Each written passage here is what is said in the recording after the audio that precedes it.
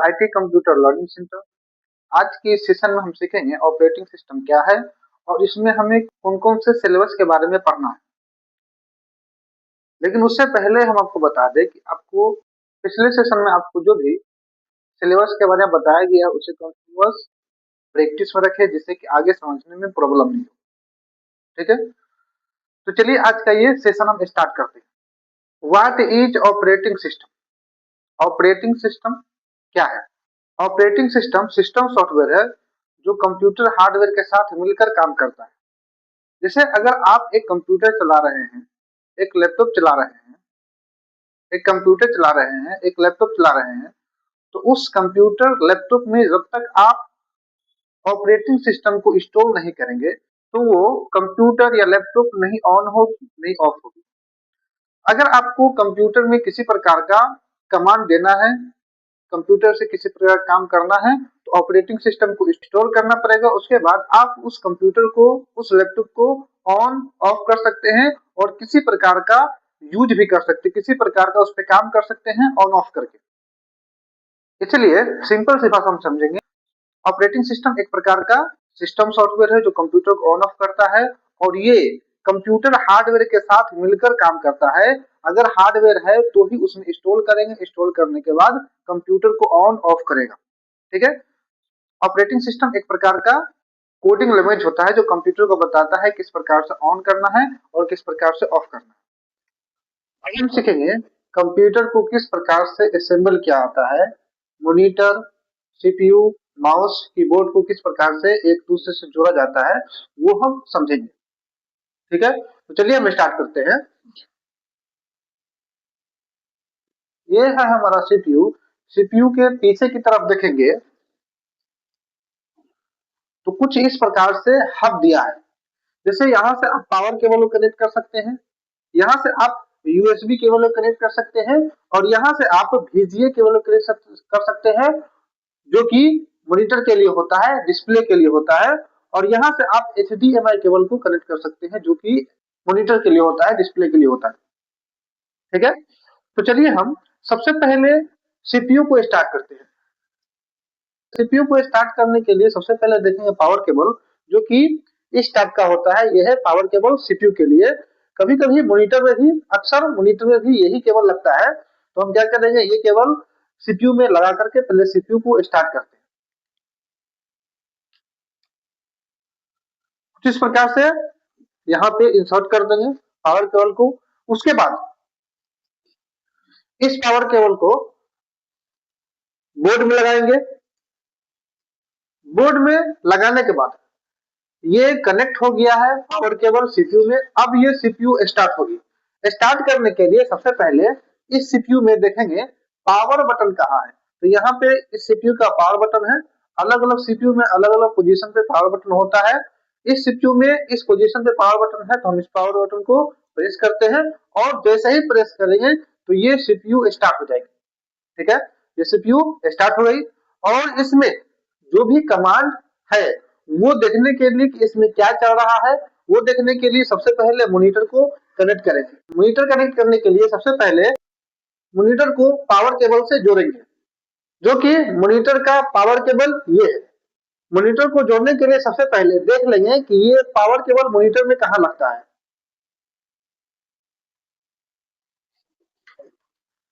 ये मॉनिटर है और यहाँ पे देखें एक प्रकार का ये है पावर केबल का पिन। क्या करेंगे, सबसे पहले इसको इसमें लगा देंगे।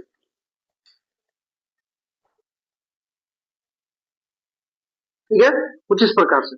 उसके बाद क्या करेंगे, सबसे पहले हम इसको, उसके बाद इस पावर केबल को बोर्ड में कनेक्ट कर देते हैं।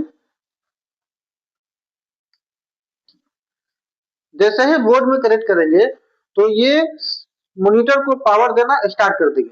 अब सीपीयू में जो कमांड हो रहा है वो कमांड को देखने के लिए सबसे पहले क्या करेंगे, सीपीयू से मॉनिटर को जोड़ेंगे, जो कि स्क्रीन दिखाने का काम करेगा। उसके लिए हम HDMI केबल लेंगे। VGA केबल से भी काम हो जाता है। मेरे पास HDMI केबल है, इसलिए HDMI केबल से हम क्या करेंगे, कनेक्ट करेंगे।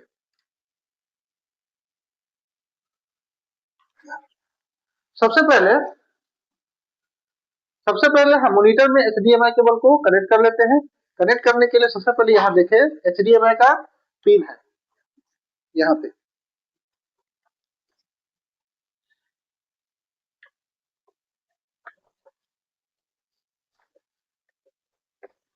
इस प्रकार से इंसर्ट कर देंगे।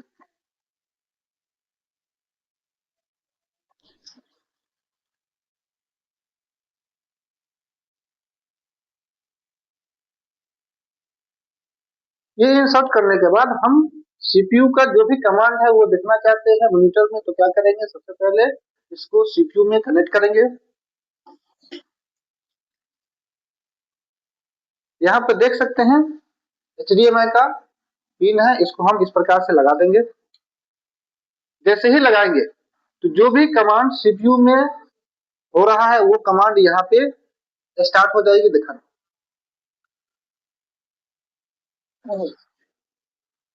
उसके बाद ये माउस है, माउस को भी हम सीपीयू से कनेक्ट करेंगे।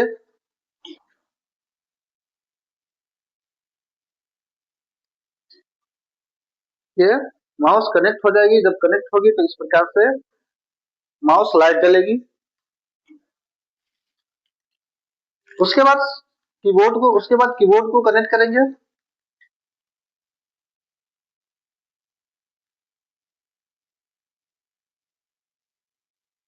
कुछ इस प्रकार से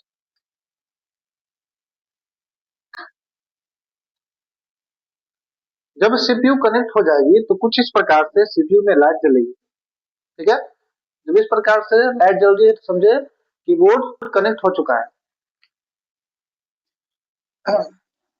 ये था हमारा कंप्यूटर का असेंबलिंग किस प्रकार से होगा। ये हम सीखे कंप्यूटर को असेंबल किस प्रकार से किया जाता है। कभी भी आपको कंप्यूटर को असेंबल करने का जरूरत पड़े तो कुछ इस प्रकार से असेंबल कर सकते हैं। आप लोग समझ चुके हैं कि कंप्यूटर को किस प्रकार से असेंबल किया जाता है। चलिए हम समझते हैं कि अगर आपके पास ये कंप्यूटर न होकर के लैपटॉप है तो आप किस प्रकार से लैपटॉप को ऑन करेंगे। तो ये लैपटॉप है, अगर इसको स्टार्ट करना चाहते हैं तो क्या करेंगे, सबसे पहले इसमें देखेंगे पावर बटन कहाँ है। इस लैपटॉप का पावर बटन यहाँ है, तो क्या करेंगे, इसे प्रेस करेंगे और प्रेस करने के बाद ये लैपटॉप स्टार्ट हो जाएगी। कुछ टाइम लगा, उसके बाद ये स्टार्ट हो जाएगी।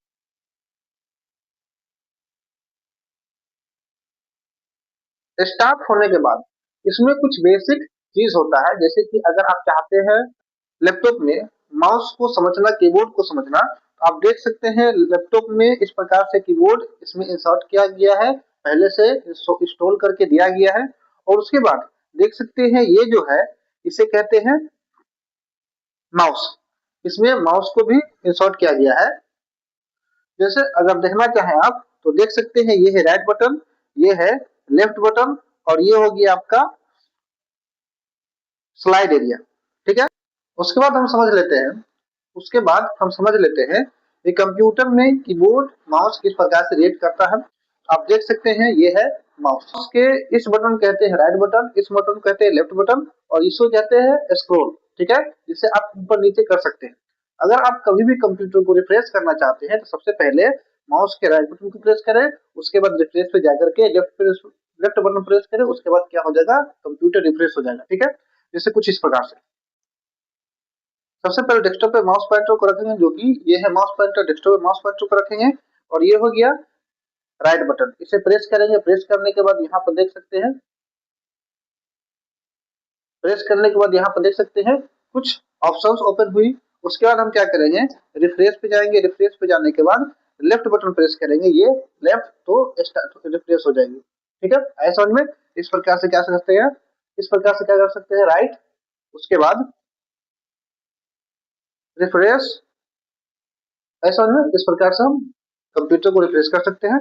उसके बाद ये कीबोर्ड है, इससे आप किसी प्रकार का जो भी डेटा टाइप करना हो यहाँ से कर सकते हैं। ठीक है, तो हमारा ये फुल असेंबलिंग, ये हमारा ये किस प्रकार से कंप्यूटर को असेंबल कर सकते हैं वो फुल वीडियो था, फुल सेशन था। इसको आप अच्छे से बार बार रिपीट करके देखेंगे तो अच्छे से समझ में आएगा। जो बच्चा समझ चुके हैं वो प्रैक्टिस करेंगे। ठीक है, तो चलिए बस इतना। नेक्स्ट है इंट्रोडक्शन टू कंप्यूटर डेस्कटॉप। जब आप कंप्यूटर को ऑन करेंगे तो ऑन करने के बाद, कंप्यूटर ऑन होने के बाद जो इंटरफेस ओपन होती है, उस इंटरफेस को हमें समझना है कि कंप्यूटर के कौन से एरिया क्या नाम है और वो किस प्रकार से हम यूज कर सकते हैं। तो चलिए हम स्टार्ट करते हैं introduction to computer desktop. Computer on होने के बाद इस प्रकार से इंटरफेस दिखेगा। आप जो ये देख रहे हैं स्क्रीन, इसे कहते हैं डेस्कटॉप। आप ये छोटा छोटा पिक्चर जो देख रहे हैं इसे कहते हैं डेस्कटॉप आइकॉन। ये जो व्हाइट कलर का आप पट्टी देख रहे हैं इसे कहते हैं टास्क बार। आप अगर किसी प्रकार का टास्क परफॉर्म करते हैं तो आपको इस टास्क बार में दिखाई देगा कि कौन सा टास्क आप परफॉर्म कर रहे हैं, कौन सा टास्क पे आप काम कर रहे हैं। उसके बाद इस टास्क बार में आपको एक बटन दिखाई देगा जिसका नाम है स्टार्ट बटन। स्टार्ट बटन पर क्लिक करेंगे तो क्लिक करने के बाद कुछ इस प्रकार से इंटरफेस ओपन होगा और यहाँ से आप किसी प्रकार का एप्लीकेशन ओपन कर सकते हैं। दूसरा है सर्च बॉक्स। आप इस पे क्लिक करेंगे तो इस पे क्लिक करने के बाद इस प्रकार से इंटरफेस ओपन होगा और इससे भी आप किसी प्रकार का एप्लीकेशन ओपन कर सकते हैं सर्च करके। जैसे कि हम ओपन करेंगे पेंट, PAINT, इस प्रकार से देख सकते हैं पेंट ओपन हो गया। इस पे क्लिक करेंगे, क्लिक करने के बाद वो एप्लीकेशन ओपन हो जाएगा जिस एप्लीकेशन का नाम टाइप करके हम इंटर मारे। ठीक है, तो चलिए स्टार्ट हो गया। यानी सिंपल से भाषा हम समझेंगे, यहाँ से आप सर्च बॉक्स से किसी प्रकार का एप्लीकेशन आप ओपन कर सकते हैं नाम सर्च करके। उसके बाद सर्च बॉक्स के बगल में ये जो आइकॉन दिख रहा है इस आइकॉन का नाम है टास्क बार आइकॉन, जो टास्क बार में ऑलरेडी अवेलेबल है। इसको हम पिन किए हुए हैं इसलिए ये दिख रहा है इस पे। इसे कहते हैं task bar icon. Task bar के इस एरिया को कहते हैं सिस्टम ट्रे, जहाँ पे आपको date and time, battery status, sound, internet, language और आपको यहाँ पे माइक्रोफोन का भी ऑप्शन दिखेगा। इस एरिया का नाम है सिस्टम ट्री। फिर से हम समझेंगे, इस एरिया का नाम है डेस्कटॉप। ये जो पिक्चर दिख रहा है इसे कहते हैं डेस्कटॉप आइकॉन। ये हो गया टास्क बार, ये हो गया स्टार्ट बटन, ये सर्च बॉक्स और ये टास्क बार आइकॉन, ये हो गया सिस्टम ट्री। ये हो गया आपका कंप्यूटर का डेस्कटॉप इंट्रोडक्शन। अब हम आगे समझेंगे। जब कंप्यूटर पे काम करते हैं तो काम करते समय कंप्यूटर नहीं फंसे, स्मूथ चले, स्पीड चले, जिसके लिए क्या करते हैं हम कंप्यूटर को रिफ्रेश करते हैं जिससे कंप्यूटर फंसे नहीं। तो रिफ्रेश करने के लिए क्या करना पड़ेगा, सबसे पहले डेस्कटॉप पे आप आएंगे, खाली स्थान पे माउस पॉइंटर को लेकर, ये जो आप तीर देख रहे हैं इसे कहते हैं माउस पॉइंटर। खाली स्थान पे लेकर आएंगे, राइट क्लिक करेंगे माउस का। राइट क्लिक करने के बाद डेस्कटॉप पे जो जो कस्टमाइजेशन अवेलेबल है वो सारा यहाँ पे शो होने लगेगी। हमें रिफ्रेश करना है तो माउस को मूव करेंगे तो यहाँ पे माउस पॉइंटर आपका रिफ्रेश पे आएगा। रिफ्रेश पे आने के बाद लेफ्ट क्लिक करेंगे तो इस प्रकार से रिफ्रेश हो जाएगा। इसी प्रकार से आप फिर राइट क्लिक करेंगे, रिफ्रेश पे जाएंगे, लेफ्ट क्लिक करेंगे, राइट क्लिक करेंगे, रिफ्रेश पे जाएंगे, लेफ्ट क्लिक करेंगे। इस प्रकार से आप कंप्यूटर को रिफ्रेश कर सकते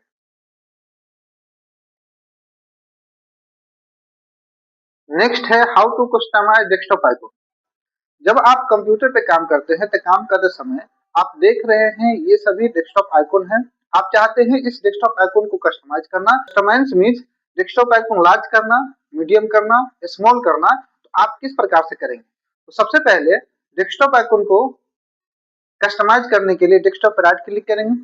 राइट क्लिक करने के बाद व्यू पे क्लिक करेंगे और व्यू पे क्लिक करने के बाद यहाँ पर देख सकते हैं कई सारे ऑप्शन है, जिसमें सबसे पहला दिखा रहा है लार्ज आइकॉन। आप किस प्रकार से डेस्कटॉप आइकॉन को लार्ज कर सकते हैं, किस प्रकार से मीडियम कर सकते हैं, किस प्रकार से स्मॉल कर सकते हैं, जो कि यहाँ पर देख सकते हैं लार्ज, मीडियम, स्मॉल।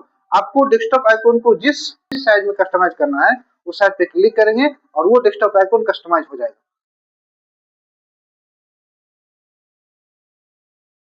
उस साइज पे क्लिक करेंगे वो डेस्कटॉप आइकॉन कस्टमाइज हो जाएगा, जो कि कुछ इस प्रकार से देख सकते हैं। डेस्कटॉप आइकॉन को मीडियम करने के लिए डेस्कटॉप आइकॉन पर राइट क्लिक करेंगे। राइट क्लिक करने के बाद व्यू पे जाएंगे। व्यू पे जाने के बाद यहाँ पर देख सकते हैं मीडियम का ऑप्शन है, मीडियम पे क्लिक करेंगे। इस प्रकार से डेस्कटॉप आइकॉन मीडियम हो जाएगी। उसी प्रकार से स्मॉल करना है तो राइट क्लिक करेंगे, व्यू पे जाएंगे। व्यू पे जाने के बाद स्मॉल पे क्लिक करेंगे, डेस्कटॉप आइकॉन स्मॉल हो जाएगी। ऐसा समझ में, ये था desktop icon customize. Next option है सेट ऑटो अरेंज आइकॉन। जब आप कंप्यूटर पे काम कर रहे होते हैं तो काम करते वक्त आप यहाँ पे देख रहे हैं कई सारा ऑप्शंस, कई सारा आइकॉन आपको दिख रहा है। हमें अगर ऑपरेटिंग सिस्टम वाले जो आइकन है, ऑपरेटिंग सिस्टम वाला जो आइकन है, उस आइकन को मूव करके इस जगह पे रखना है। इस प्रकार से रख रहे हैं लेकिन मूव होकर के नहीं आ रहा है। तो आप समझ जाए कि अगर किसी प्रकार के आइकन को मूव कर रहे हैं और वो आइकन मूव नहीं हो रहा है, तो वो आइकन ऑटो अरेंज में लगा हुआ है। अगर आप चाहते हैं उस आइकन को ऑटो अरेंज से हटाना और डेस्कटॉप के एक जगह से दूसरी जगह पे रखना, तो आप कुछ इस प्रकार से रख सकते हैं। जैसे डेस्कटॉप पे राइट क्लिक करेंगे, राइट क्लिक करने के बाद आपको व्यू का ऑप्शन दिखेगा। व्यू के ऑप्शन में आप देख सकते हैं यहाँ पे एक ऑप्शन है जिसका नाम है ऑटो अरेंज आइकन।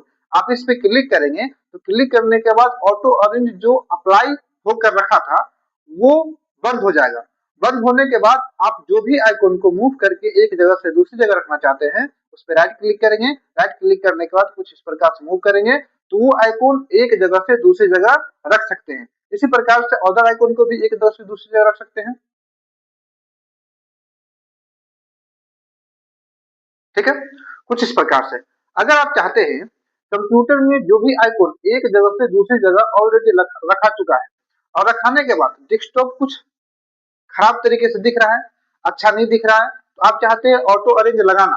तो ऑटो अरेंज लगाने के लिए जैसे हम ऑटो अरेंज को बंद किए हैं उसी प्रकार से ऑटो अरेंज को लगाएंगे। राइट क्लिक करेंगे, राइट क्लिक करने के बाद व्यू पे क्लिक करेंगे। व्यू पे क्लिक करने के बाद यहाँ पे ऑटो अरेंज पे क्लिक कर देंगे। जो आइकॉन्स ऑटो अरेंज से हटकर अलग अलग जगह पे अलग अलग डेस्कटॉप के एरिया पे रखा हुआ था वो ऑटोमेटिक अरेंज हो चुका है कुछ इस प्रकार से। ठीक है, तो हम ये जाने कि डेस्कटॉप आइकन को किस प्रकार से कस्टमाइज कर सकते हैं। ठीक है,